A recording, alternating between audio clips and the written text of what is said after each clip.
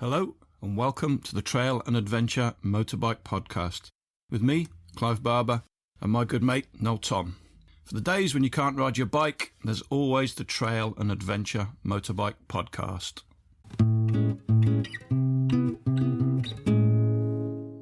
Alright everybody, sorry we missed you last week, just too much work going on and not enough time to edit anything.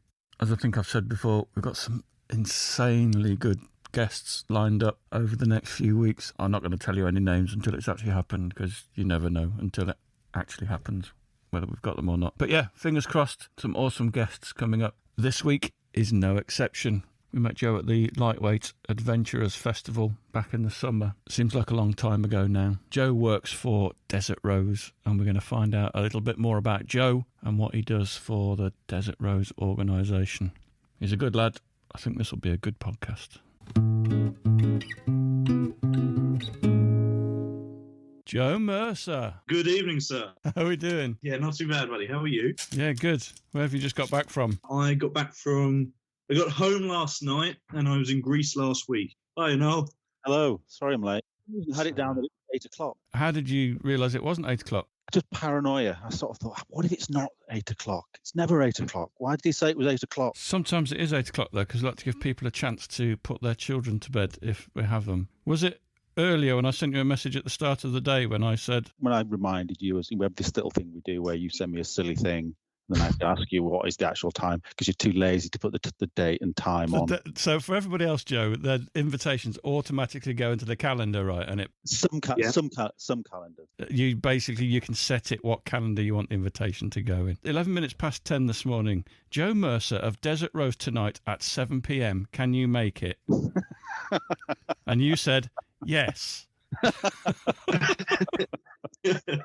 I'm not taking sides, Noel, but that's pretty strong. I'm not sure it's a different time zone than Norflakes wankers. Well, I only realised today, Joe, that you're Joe, that we met, Joe, on outside that cafe, and I was admiring your Africa twin. Yeah. Yeah, that's me, yeah. So I've been stalking you online today, and I now realise that on paper, we should be best friends. We both love and have had an MX-5. Yeah, so we have, yeah. We both probably quite like Land Rovers. Yeah, too much probably. We both have a thing for Caterhams.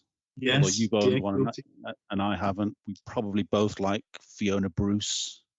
Probably both like large bags of Maltesers. Did you just look behind you there to see if Ashley was there, Noel? I'm only saying that in the safety of an empty house. I just realised I missed off the list roof tents. Roof tents, yeah. Roof tents are ridiculous. They're just stupid. I saw your film about taking the Freelander up through Norway. Was it up through Norway?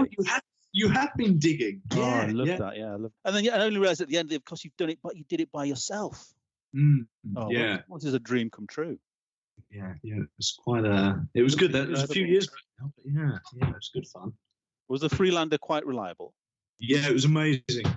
So much so that I actually sold it to my mum, and it's been nothing but trouble. No, it's been good. It was accidentally the best vehicle I probably ever had. I kind of bought it as a bit of a stopgap when I started working at Desert Rose. Actually, bought it sort of short term, and I loved it. It did everything in relative comfort. It was fairly cheap to run. It did 40 to the gallon on the motorway. It's brilliant car. See, he's talking about miles. He's talking about miles per gallon, Clive. He's talking about miles per gallon. No, he's only just doing that because he knows you like it. But listen, Joe, I wanted to welcome you to the Trail and Adventure Motorbike Podcast. I know you got the right time, but you may have actually arrived at the wrong podcast. Oh, I forgot. Yeah, I forgot. Did you enjoy the Lightweight Adventurers Festival on your really heavy bike? Yeah. Okay, let's do that. Yes, I really did, and it was my dad's idea to go. I hadn't really heard of it. I think I'd seen it somewhere on Bookface, and we had a stand at the ABR Fest. So I think I briefly met the guys there. And then my dad texted saying, "Oh, I'm thinking of going to this. Do you want to come?" And I was in the country for once, so yeah, I went, and it was far better than I expected it to be, in the best possible way. It was really, really good time, great group of people. That's going on the poster next year. It was far better than I thought it would be, Joe Mercer. Your beard's really grey, by the way. What's happened? Oh, Is it God, just the no. light? No, well, no, I am. I'm turning. It's all going white. You look like Amish Santa. Yeah. Should we ask him some questions then? You go first. That's normally the way it works, isn't it? Yeah. And I'll come up with the interesting and insightful ones as we go along. So I've just introduced you as Joe Mercer from Desert Rose, but you are Joe Mercer in your own right without Desert Rose, aren't you? You are... That was my name before Desert Rose, yes. Yeah, Joe Mercer - Desert Rose. Tell us a little bit about yourself and your riding history. Tell us what's in the garage, that kind of thing. Okay, so I started working for Desert Rose in 2015. That's kind of where the motorbike stuff really kicked off. I'd already been riding by that point. I actually met Patsy Quick, who most of you guys and listeners will know, on a rally in Portugal on, you'll be thrilled to know, Noel, another Africa Twin. That was the old blue and white version. That's it. Yeah. The tricolor one. Yeah. Which, of course, as lots of people do think that riding a big bike off-road in the first place is a great idea. And sometimes I still do. But, hey, that was a podcast for a couple of weeks ago, wasn't it, with Ollie and that? So that was good fun. So, yeah, I met Patsy then, and I have a degree in motorsport engineering. So I was in between, I used to work in WRC, I was in between contracts when I met Patsy, and Patsy said, why don't you come on a rally with us? And that was kind of it, really. And then I've been with Desert Rose virtually ever since, coming up to 8 years now. What were you doing in the rally world? I worked in WRC, so I worked for M Sport on... Noel doesn't know what WRC is. Of course I do. Go on then, tell us. They make Subarus. Told you. Those blue Subaru rally cars, they're made by... WRC, aren't they? You're just embarrassing. Yeah, so, and then I went to work for ProDrive on the Mini project, which was really exciting, but unfortunately quite short-lived. But there we go. Was that for rallying or for Dakar-type rallies? That was rallying at that point, WRC stages. I went sort of Monte Carlo and Spain and various other bits. I did a bunch of private stuff in the UK, which was really good fun, changing gearboxes on Escorts in Waitrose car parks and stuff like that. And then working for Patsy was kind of my first transfer over into rally raid, really. A lot transferred over and quite a lot didn't, as you can probably expect. Did you go, so this was a rally in Portugal where you met Patsy? Yes. And did you sort of have a job at the end of that rally, pretty much? No, not really. It was a conversation that I had with Pats, and we got on really well. I like to think we still do. No, we do. So the conversation was had. There's some events coming up where could make use of me, and obviously I was quite a lot younger then. I was 21 or so at the time. Yeah, that was it. I went on Mazuga Rally in Morocco in May. It would have been May 15, I think. Yeah, which was a bit of a baptism of fire because it's a full FIM regulated event. At the time it was a Dakar qualifier, and we had a bunch of quite quick riders, all with plans to go to Dakar. And yeah, I loved it, frankly, and that was kind of it. Were you on the spanners for that when you started off then? Yes, I was. I had great sort of... So Desert Rose was started mainly by, obviously, Patsy Quick after she finished Dakar, and then a guy called Clive Town, who a lot of people know as Zippy, as sort of chief mechanic, if you like, for a long while, as well as doing a lot of training. So Zip taught me, whilst I had a mechanical knowledge, obviously it's quite a transfer across to the nuances, if you like, of working on rally bikes, especially the factory rally bikes. There's lots of, little bits. So it was quite an intense week, learning. But if you're methodical and, and you work through them in the correct way, the bikes are fairly simple. It's just knowing what they do and don't like, and what to look out for, and everything in between. Do you prefer to work on bikes than cars? That's tricky. I think my heart will always be cars, but only by like 60-40%. I love working on bikes. Bikes are easier to work on, but I love how cars work together as a system. Like how a component in braking can affect so much how the car feels, to drive, whereas bikes are a much more compact object. They're different, I really enjoy working on both, and I enjoy driving and riding both, so yeah. Presumably when you're working on rallies, you're up all night fixing bikes, driving all day. What's the day in the life of when you're actually on a rally? And presumably you're not just looking after one bike, you're looking after a number of bikes as well. Yeah, exactly like that. So it varies quite a lot depending on the event. The European events, are a little bit easier than, say, the African events. But if we're going at the thick end, so Africa Eco Race, where I go off to next week, typically you'll be up at sort of 4 or 5 a.m. to start packing everything down, get the guys up and out of bed, get their camp kit packed away, get the bikes run up. You know, we always sort of have a quick just breeze over. Oil levels rise and fall through the night as the temperatures rise and drop. So check all levels, get the bike run up, check all their navigation kits working, check the trackers are live with satellites in the sky, then wait for them to leave. We'll pack our bivouac down, and then we're straight on the road. And some days we might have sort of 800-900 kilometers to drive in a day, and then we get to the bivouac at the other end, and it's the exact reverse. You know, sometimes the guys will be there before we are because their route can be more direct and quicker. And then we'll be unpacking and then straight to work on the bikes. Generally on a African event, we'll probably average an hour and a half to 2 hours work per bike per night, and then it kind of goes from there. Obviously, if you have problems, that can quickly double, triple.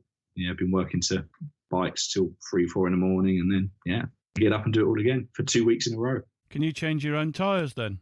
Yes. yes, just about. No, serious question though. What do you use to change tyres? Are you just using spoons and skills? We have special levers made. They're Michelin, the old big bib moose tyre levers, really long ones. And then we weld, this is a trade secret list. Nobody tell this. This is a T-piece onto the top so you can get more pressure and more leverage on top, because desert mooses can be pretty tough buggers to fit, frankly, and desert tyres as well. So, what's your least favourite job in this situation? Fork seals. Fork seals, really? Fork seals, or anything that involves having to take a valve cover off or anything more off of an engine, just because the environments are so shitty that the guarantees of you actually making the job better than it was to begin with aren't always that great, you know. Have you had to work in some real sort of dust storms? Sandstorm? Yeah. There was an event, Morocco Desert Challenge, a few years back, and me and colleague Harry, who now runs the training side of Desert Rose, I think it was 3 days we didn't take goggles off because it was just sandstorms non-stop. Yeah, it was horrendous. Now it's probably a good time to ask him, Noel. Ask him the question. We're talking about tools. Tools. Oh, yeah. Do it now. Go on. Let's get it over and done with. What's the biggest spanner in the old toolbox? I'm going to fail on this because I've heard Rory's and that. No, we can't compete with a man who's been to sea. Oh, that's where his spanner's been to sea. I think I've got sort of a 36 mil, and that's about it, really. That's respectable. That's respectable, Clive. That's quite respectable. It's not a winner, though, is it? I like to think we're all winners, but that's lost. No, it's not. But well done for trying. Thanks, Clive. I checked on the Desert Rose website. You've got the Africa Eco Race, the Real Way to Dakar, Morocco Desert Challenge, Illyria Rally, Hellas Rally, Red Bull Romaniacs, Greece Rally. You've mentioned the Mazuga. There's a few others there that may or may not happen. How many weeks away per year are you away for? I've got to say this quietly because my long-suffering partner is sitting behind me. I probably average about 4 to 5 months a year away at the moment. Wow. What did she say? She says it's more, but I'm sticking to that. She's obviously a very good woman. Yeah. Thanks. You're welcome. I think so. and she's probably, and also, and let's whisper this bit, she's probably got too used to it. She probably enjoys you going away to some probably degree. Enjoys it. Yeah. I'd enjoy me going away. She loves it when you get back, and she loves it when you go. And then in between, she probably misses you about that much. Yeah. She's got horses, so it doesn't really, she doesn't really. Oh, right. That's it. Yeah. Right. Oh, so she probably doesn't even notice you're not there, to be fair. If I lay down in the field, she might, but apart from that. You've been doing it since 2015, 2016. That's a long time to be, working in those conditions. You must still really enjoy it, or are you looking for another job? And we'll edit that bit out as well. No, not at all. No, don't get me wrong. It's tough. It's a hard gig, but it's also, I don't know, it's got to be one of the best gigs in the world if this is what you're into, And we get to see some amazing things and meet some brilliant people, whether they're customers or just, locals and that. Podcasters. Guys at the lightweight. I can't even remember. What was it called? Fuck it, shit, we're not going again.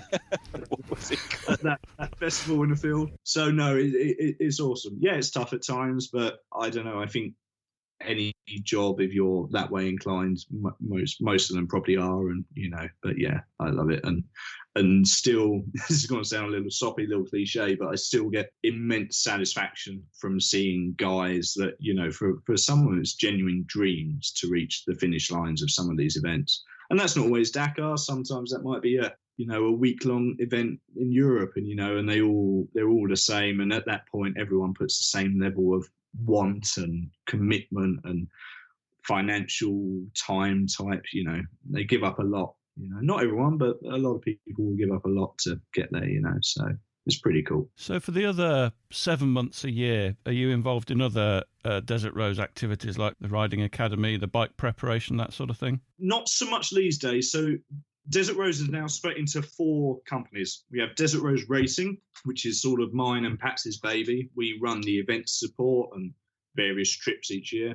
We have the Adventure Riding Academy, which is rider training based down in East Sussex, taking guys that have never ridden off-road before, that have never ridden a bike before, to be honest, because all our training is completely on private ground. So, there's no requirements to come and train with us, up to, guys that have finished Dakar, that are European enduro riders, And then we have the workshop, which is Dirt Tech, and then we have Desert Rose Bikes. At the start of last year, we became a beta motorcycle dealer, so it's kind of split 4. But Desert Rose Racing is my baby, if you like, So me and Patsy run the racing side of things. So you've got the preparation side of things, which is Dirt Tech, right? That's right, yeah. So do you actually help build some of the bikes as well? Yeah, up until a few years ago, I was very active in building bikes. And then because of generally we got bigger, to be honest, and we got busier.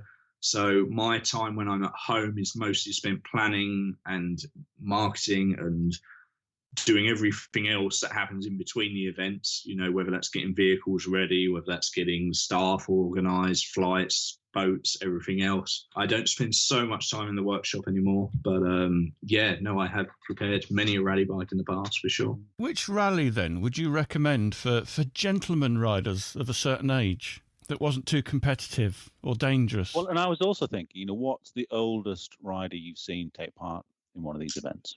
We've had quite a few guys in their 70s. No way. Yeah. There's a great guy called Graham Lovell. He won't mind me saying this, I'm sure. I think he's 72 and he rides. He's still fairly quick. He drinks like a fish each night. There's bowler hat events with a Union flag flapping out the top. What a guy. Yeah, he should be on this. Are they all ultra competitive and fast, or are there any kind of fun events that you can kind of do? Yeah, for sure. The last few years, we've seen a real rise in the popularity of what we call raids. So we now tend to split them into rallies and raids. The key difference is that raids are non-competitive. That's not to mean they're easy. They're not trail riding. There's still an event with quite big distances and you still have to be fairly organised, but they take away the fluff, if you like, of racing and all the timing requirements.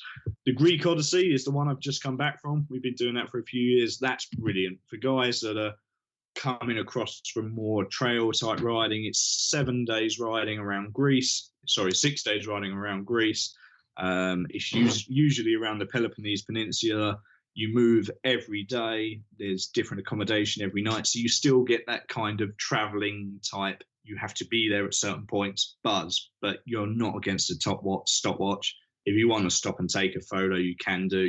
They put on a lunch stop. But you still have, it's still an achievement to finish, without a doubt. Noel asked me to ask this. He said, do you have a travelling barista, or do you arrange where to stop for coffee each morning and afternoon? I've built, over the last 8 years, Clive, I've built up a network of through Europe and North Africa.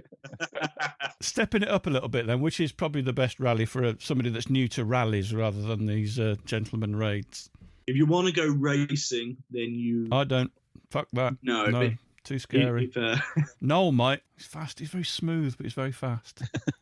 If somebody wants to go racing, then you probably want to look at the Olympia Rally, the Greece Rally. There's quite a lot that happens in Greece. It's a brilliant place to go riding.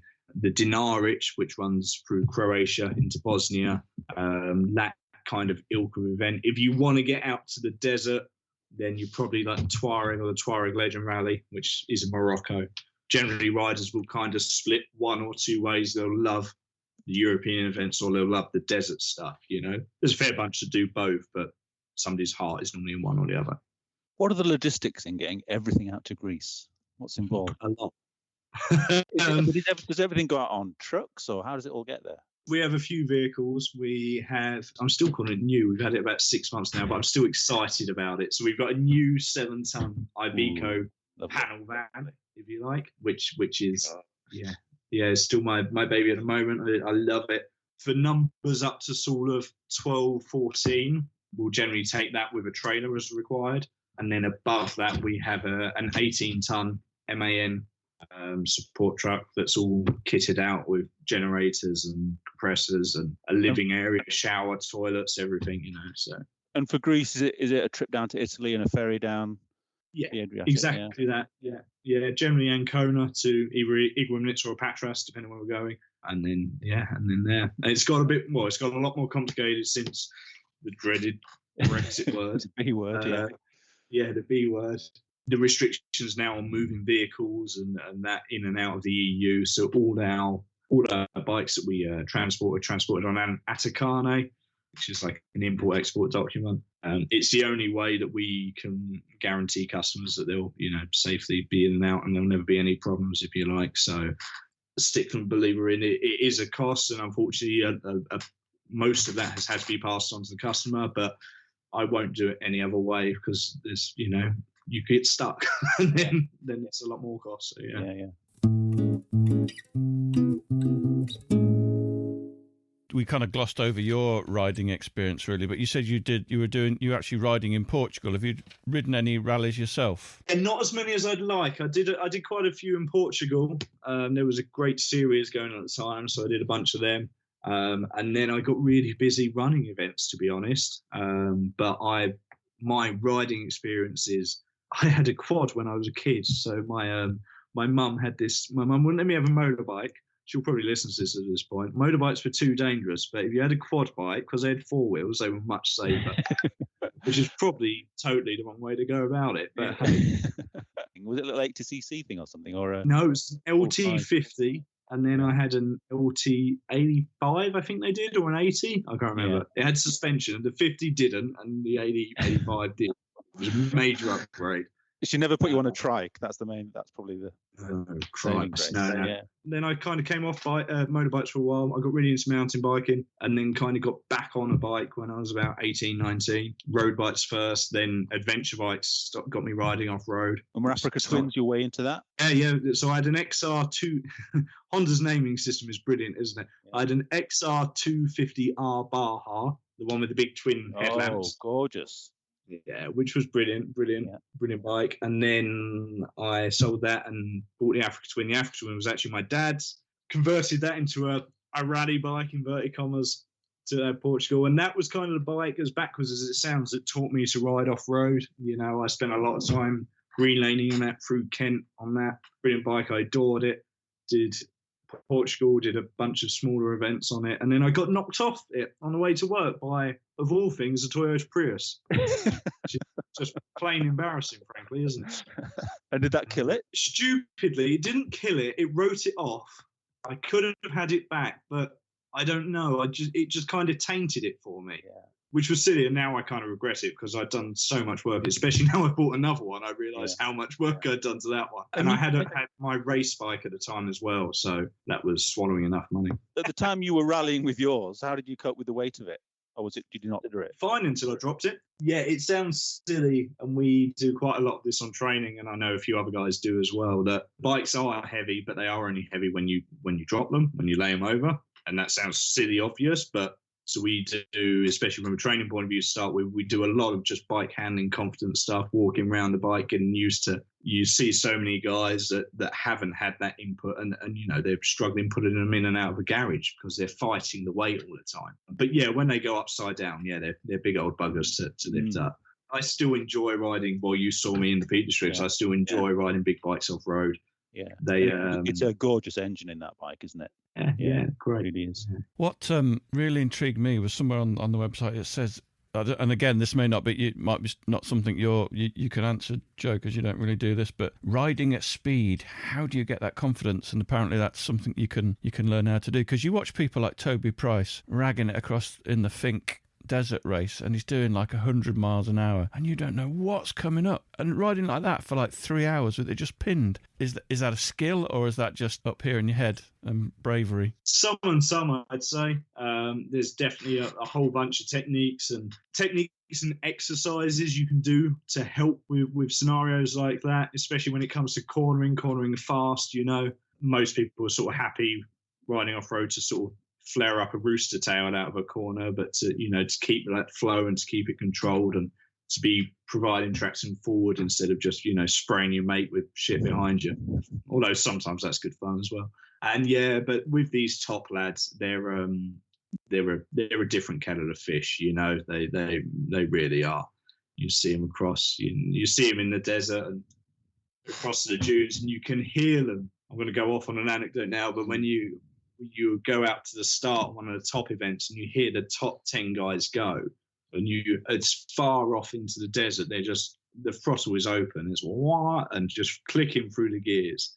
And then as you get down to sort of top 15, you'll hear where there must be a ditch or a bump, because there'll be a wah, and then back on. By the time you're down to top 4, the lower riders, it's a totally different noise that they're making. They're next level. Are they always using the clutch to change gear? No. Are they mainly not using the clutch to change gear? Yeah, mainly not using the clutch. Again, it's a bit of a skill and a bit something to get used to. You guys would all know that you can kind of feel when the gearbox is out under load. Yes, I know that, Joe. I've said that before. I'm criticised for it. In the same way that I would urge people to start their bike and move off and not to let it tick over for ages whilst it's labouring. I would also, it's always grated on me, the idea of changing gear without pulling the clutch in. Seems very unsympathetic. Yeah, I think if you're hammering up and down the box, and we have had people in the past doing that, and of course that's not good. But you can change without using the clutch very sympathetically once you're using it, and it's your process in drive engaging is the same, really. What do you do on your bike? On an Africa Twin, I'll use the clutch more often than not. On a dirt bike, I'll not use the clutch more often than not, if you like. Changing, and this is changing up and down, or just changing up?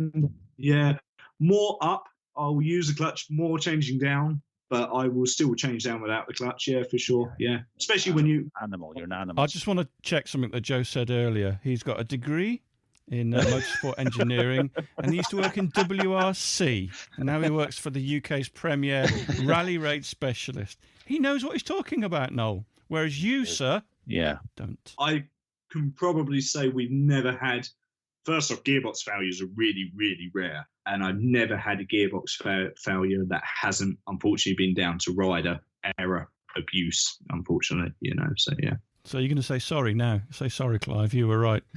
Go on. I would like to take it to a jury of 12 years before. I'm not pleading guilty just yet. Fair enough. Yeah. So have you got any top advice for some budding rally riders? I can't imagine anybody that listens to this podcast actually goes above 25 miles an hour, but there might be the odd person that does, that might be interested in entering a rally. Somebody under the age of 50. Age isn't an issue, first off. In honesty, the majority of our customers are probably 40 plus, because they tend to be the ones that have a bit of spare money and the spare time is the bigger thing.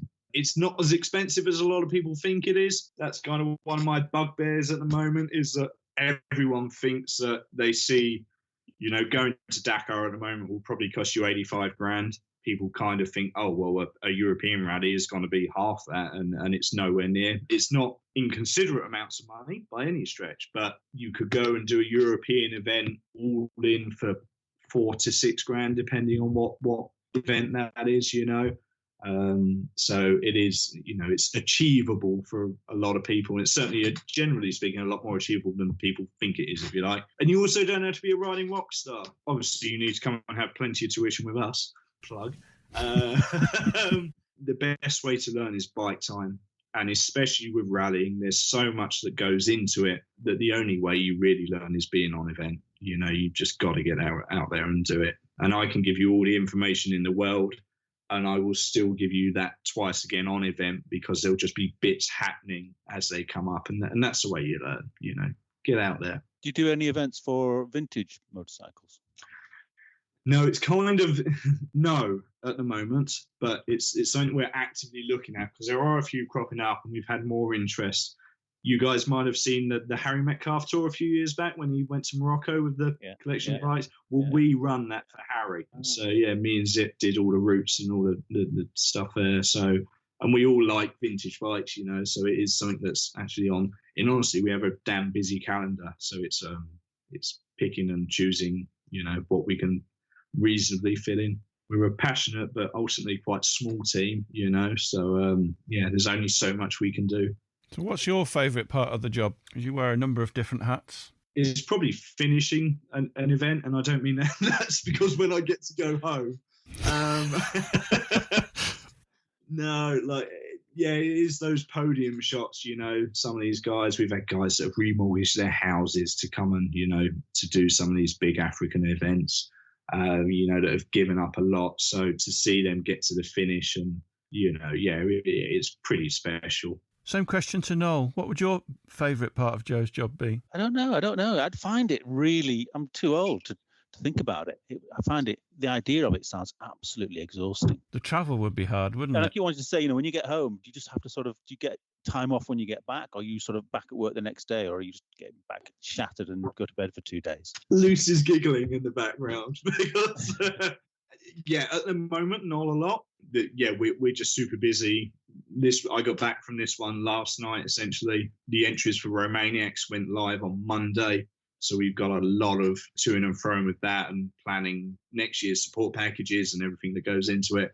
So there's sort of no time to breathe, really. You just keep going, keep your head down. Yeah, whilst of course we're a business, and yes, we need to make money. We're a customer support team, we're a business, but we all do this out of passion. We all do this because we love it. Yeah. That's why Patsy started it back in 2008, if you like. But then I'm going to India in November for a month. That'll be good fun. Just to ride more motorbikes, because apparently I haven't had enough. So there we go. So what's the India trip all about? Me and my Lucy. She's her own Lucy. But me and my Lucy, we're going to India. Lucy Mercer Desert Rose. To use her full name. We're flying into Delhi. We're renting a Himalayan, of course. What else would you ride when you're in India? Then we're going up into the Himalayas and heading east, hoping to get into Nepal. And then, amazing. That sounds amazing. And this is what, a 4-week trip? Yeah, just under, about 3 and a bit weeks, I think. So, yeah. How long have you been planning this? About a year, but I use the term planning quite loosely. I'm quite, well, we both are actually, but me more than Luce. We're quite, happy to see how things work out. And you're going to be riding 2 bikes? No, one bike. She'll be on the back. And we did Vietnam north to south a few years back, and we didn't plan a whole lot of that and had an amazing time. We got invited to this guy's wedding, and ended up in all sorts of weird situations. And, it's brilliant. We sang, what did we sing? We sang Bohemian Rhapsody at wedding karaoke, which was a terrible choice of song, actually. We realised about 30 seconds in that none of us really know the words. We just trying to make the noises. The Mamma Mia bit, that's the main bit. That's it, yeah. Scaramouche and all that. So that's it. Oh, that's going to be fantastic, isn't it? God, I'm very jealous about that. And then in January, we go back to Dakar for the real way to Dakar. Oh, so that's in January, is at the same time as the Dakar? Yes, exactly that. So, similar time, slightly later in January. But, real way to Dakar, which is a more amateur-targeted event. Tell me a bit more about that event. How does that? It's 2 weeks.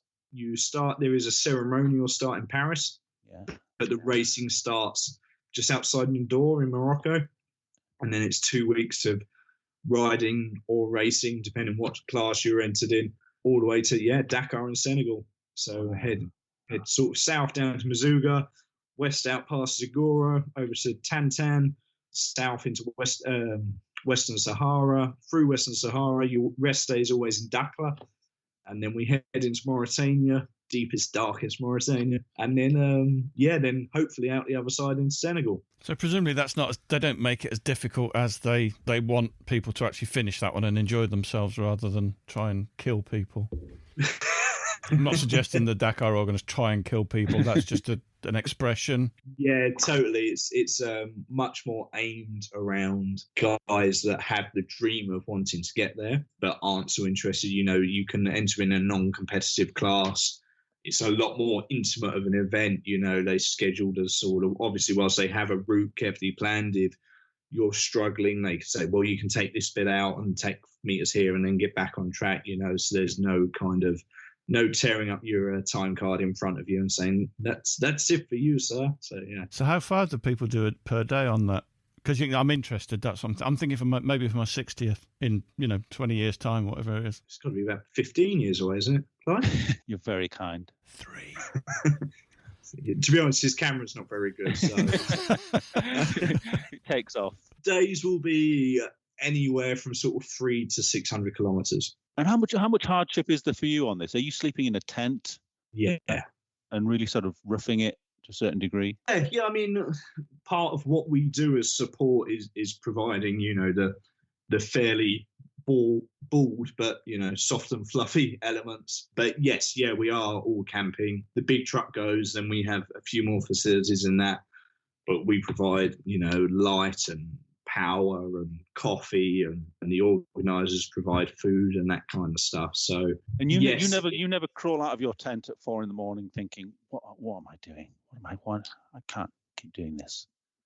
Are you going to edit this bit out? Well, no, are you quite good at keeping your levels of enthusiasm in those early hours? Yeah, I am.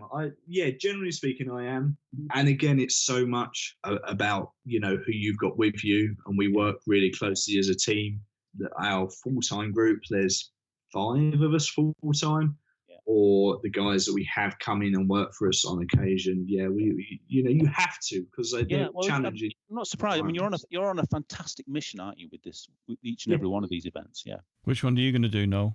Because I can't imagine you would like anything less than this type of thing. My pace is just going downhill very quickly. Yeah, we are getting slower as we're getting older, aren't we? I think. Yeah. It hurts more when you fall off.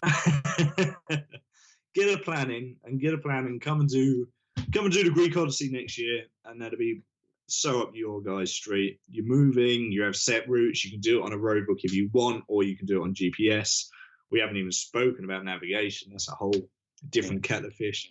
And you guys would love that. The hotels are great, the riding and scenery is stunning. It's not mega money. Can I have a go in the truck? Can you have a go in the truck? Yeah. Can I have a little drive of it? I like trucks. Come on. Maybe.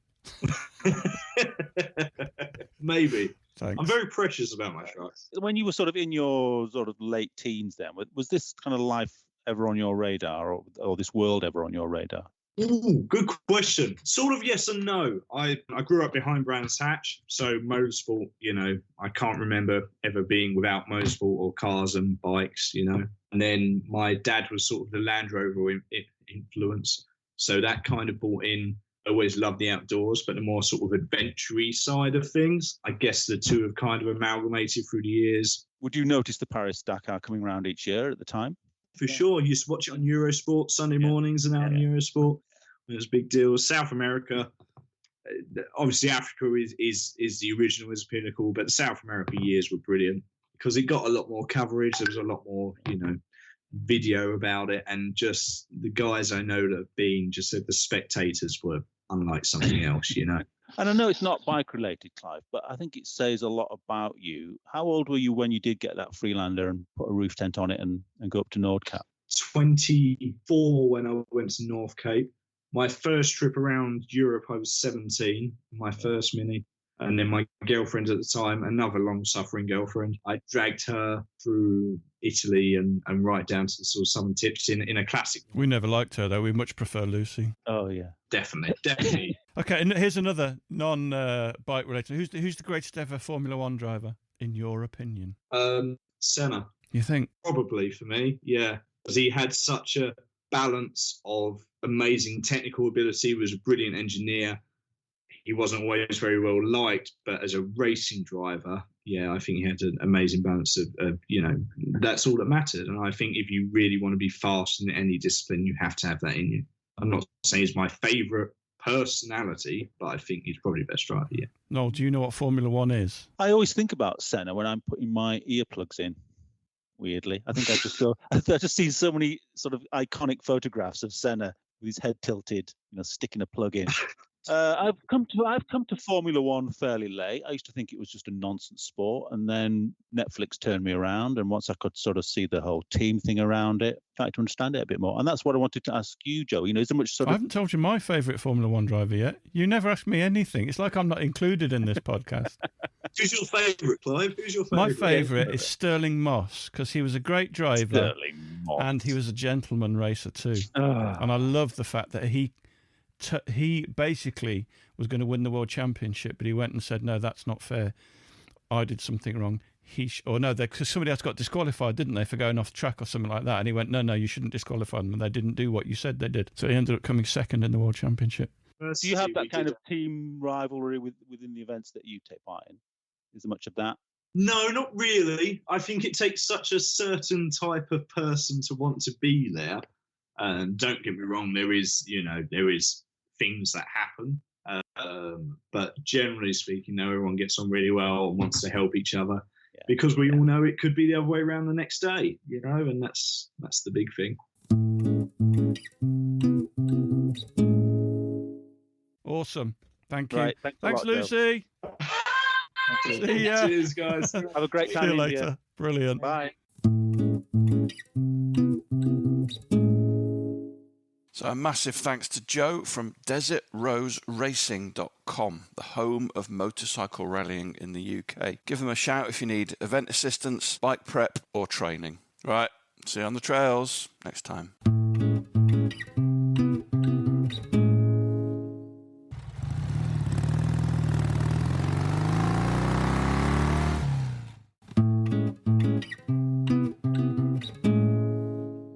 Thanks for listening. We really appreciate your support. Don't forget you can follow us on Facebook and Instagram. And if you really appreciate what we do, you could consider supporting us on Patreon or buy us a coffee. Links are available on our website, which is tampodcast.com, tampodcast.com, where we also have a limited selection of branded stuff. But either way, please keep listening and spreading the word. See you next time.